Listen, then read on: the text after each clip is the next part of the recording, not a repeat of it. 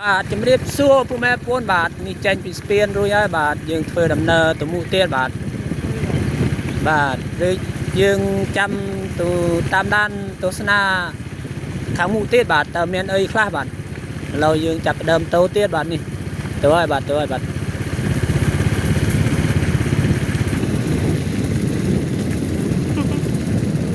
ពីនេះណែពីនេះភេរយាព្រះពន្ធ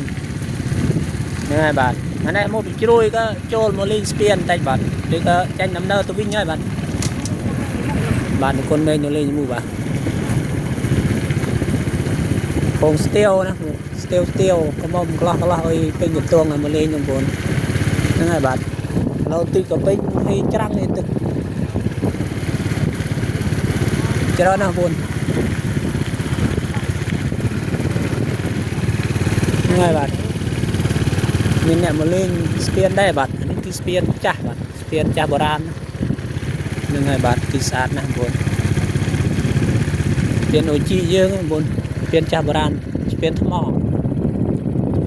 ចាស់បុរាណដែលកសាងកែពីសតវត្សទីប្រមាណទេមិនដេញដែរបងប្អូននេះតែចេះតែមកថតឲ្យពូម៉ែបងប្អូនទស្សនាបាទស្ពានអូជីបាទនៅម្ដុំស្ពានអូជីផ្សារតកលបាទផ្សារតកលហ្នឹងហើយបាទឥឡូវយើងធ្វើដំណើរទៅមុខទៀតបាទមានអ្នកទស្សនាតាមនេះដែរបងប្អូនច្រើន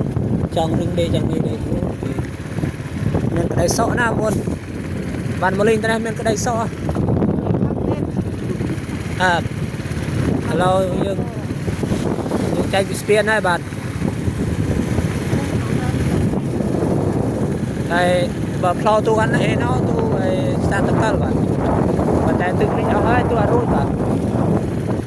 ឡូវយើងចេញដំណើរមកផ្លូវនេះបាទទឹកក៏បានបាទទឹកបានហេផ្លូវបាទទឹកហ្នឹងហើយបាទទឹកច្រើនណាស់ឆ្នាំនេះស្រែស្រោអត់នេះមកឥឡូវយើងឆ្លងស្ពានមួយទៀតបាទនេះគឺស្ពានចាស់ដែរបងឃើញអត់បងស្ពានចាស់ដែរអូតនេះទឹកដាច់ផ្លូវហើយនេះទឹកនេះបងដាច់ផ្លូវទឹក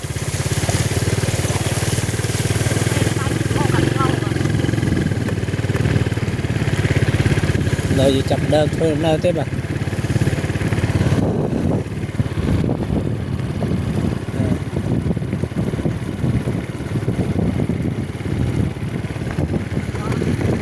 បោះត្រី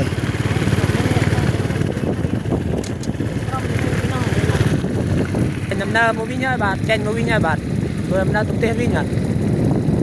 បាទជិះដល់បងមេហើយ